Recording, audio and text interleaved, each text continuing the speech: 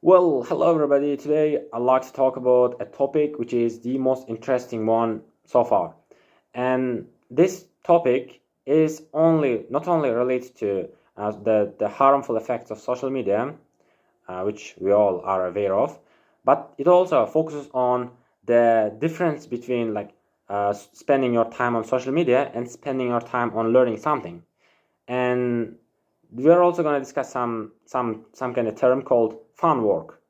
And in today's video, you're gonna be informed about a lot of things, immeasurable information that you can use to learn anything that you want. So yeah, before we begin, I quickly need to mention something that's really important. Many people think education is about equality, but I think the reverse is true, because many poor countries cannot afford to buy fine classes, fine lessons from great teachers, and they have to study poor material, using poor materials such as books and old-fashioned stuffs, and they do not be as knowledgeable as rich countries are, where people would be spending their money to buy the finest classes, and then they would be improving their knowledge, skyrocketing their knowledge in a short period of time. So there's the difference between rich and poor.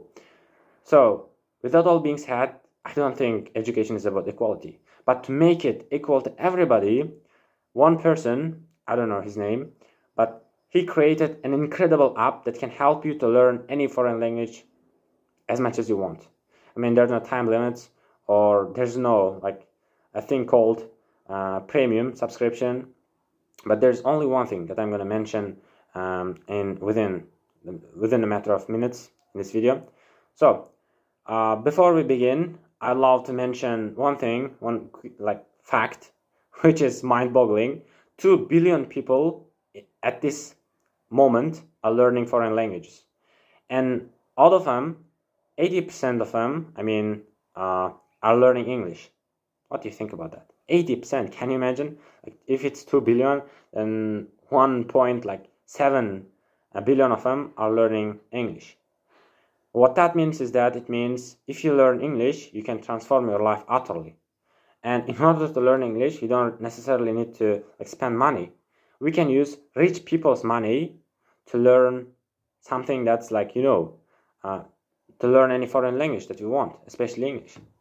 And we can, in this app that I'm going to tell you in today's video, there's the same techniques that mobile apps and social media platforms use to get engaged are used. In this app, you cannot get bored.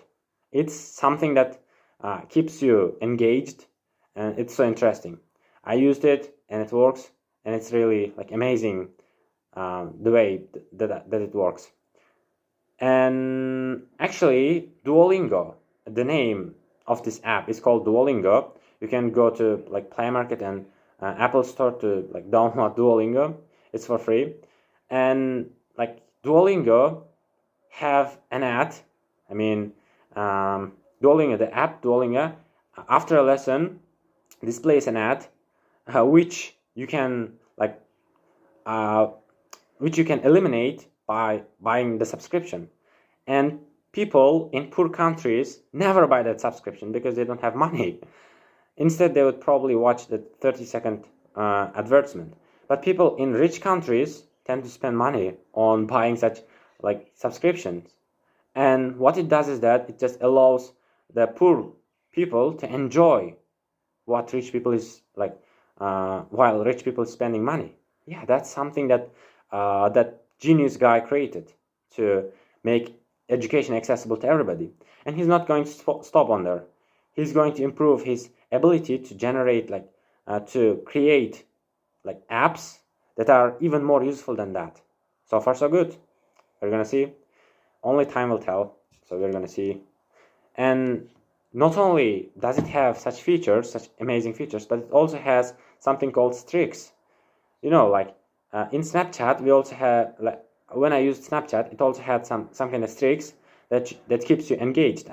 If you miss one day, let's say you use Snapchat for 7 days continually, without like pausing, then you like you had to do something else and you didn't go back to Snapchat, and every streak is gonna disappear, and it starts from zero. And in order to like prevent that, you will be like opening that Snapchat and doing something like that every day. And in order to make that work in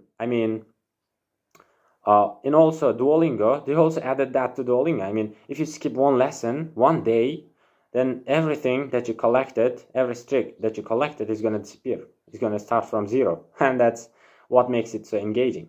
And the power of notifications is also apparent in Duolingo. For example, when you're like watching some kind of YouTube video, for example, my YouTube video, if you downloaded Duolingo, if you have downloaded Duolingo by this time, it would send a notification to you which like says like come back to me, or I missed you, which keeps you even more engaged in the app.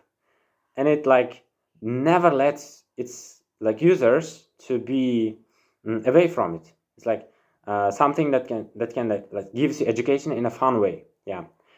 And also the manager of this Duolingo app said that like many like social media apps, for example TikTok, Instagram, or Telegram, uses its 100% potential to make users like interested in their apps.